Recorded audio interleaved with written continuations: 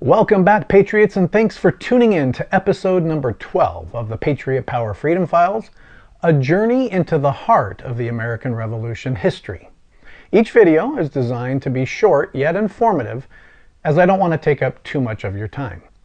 And as I covered in my last episode, number 11, the audio from each of these Freedom File video series will now be included as a short episode on my podcast.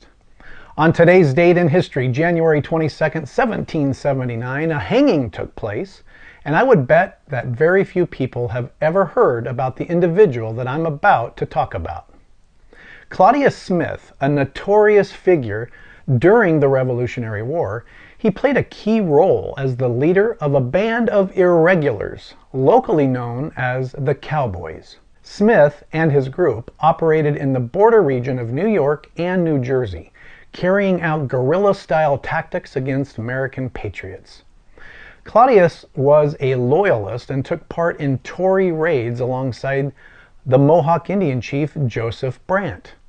Now, these cowboys were infamous for their ruthless tactics, engaging in raids, robberies, thefts, and other acts of violence. The composition of these cowboy gangs were loose, including confirmed Tories, British deserters, runaway slaves, and Indians. Their number was indeterminate, and their tastes in thievery were undiscriminating.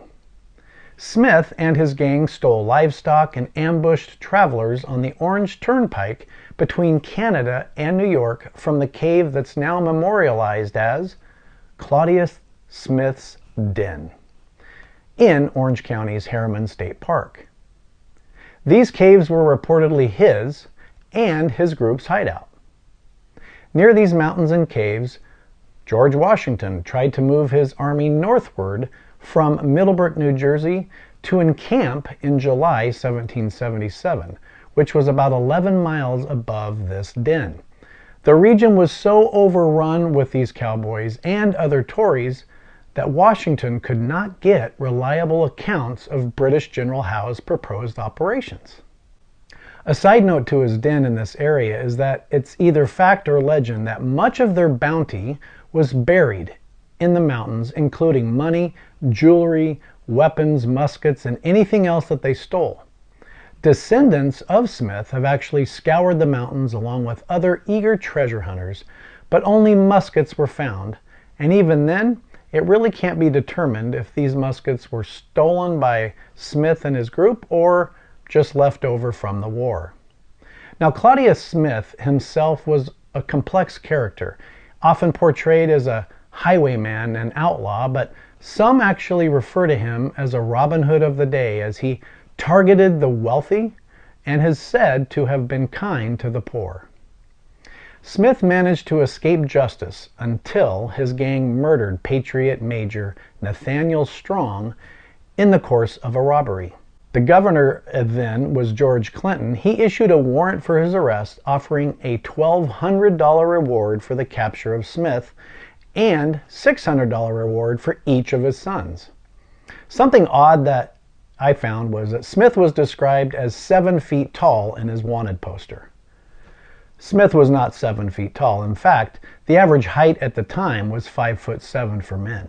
George Washington was 6'3" and towered over everyone that when he walked into a room. So I did find Smith on a muster roll that was found in 1762 during the French and Indian War, where he was listed as 5'9". He was captured on Long Island by Major Jesse Brush in October, and he and the other members of his gangs, including one of his sons, were returned to Patriot territory, tried, found guilty, and then hung near their home turf in Goshen. According to Reverend Rowe, moments before Smith was hung, he kicked off his shoes saying, quote, "Mother often said I would die like a trooper's horse with my shoes on, but I will make her a liar." Now, the accounts of Governor Clinton show an entry for 480 pounds silver charged to cash paid Major Jesse Brush for apprehending and securing the body of Claudius Smith. Now, this amount in today's dollars, US dollars, is just shy of $132,000. So that was super high for a reward today. So back then, it tells me that his actions and crimes were bad enough that warranted such a high reward. Give this video a heart, a like, follow, subscribe, and share, or hey, do all of those, and share it with somebody that you think might like these videos as well. I'm on TikTok, Instagram, and YouTube, and of course, all videos are indexed and organized for you at patriotpowerpodcast.com. And with that, if you're looking for an in-depth discussion and a chronological order or story about the American Revolution, please check out my podcast, which is called the Patriot Power Podcast, and it is available on all platforms.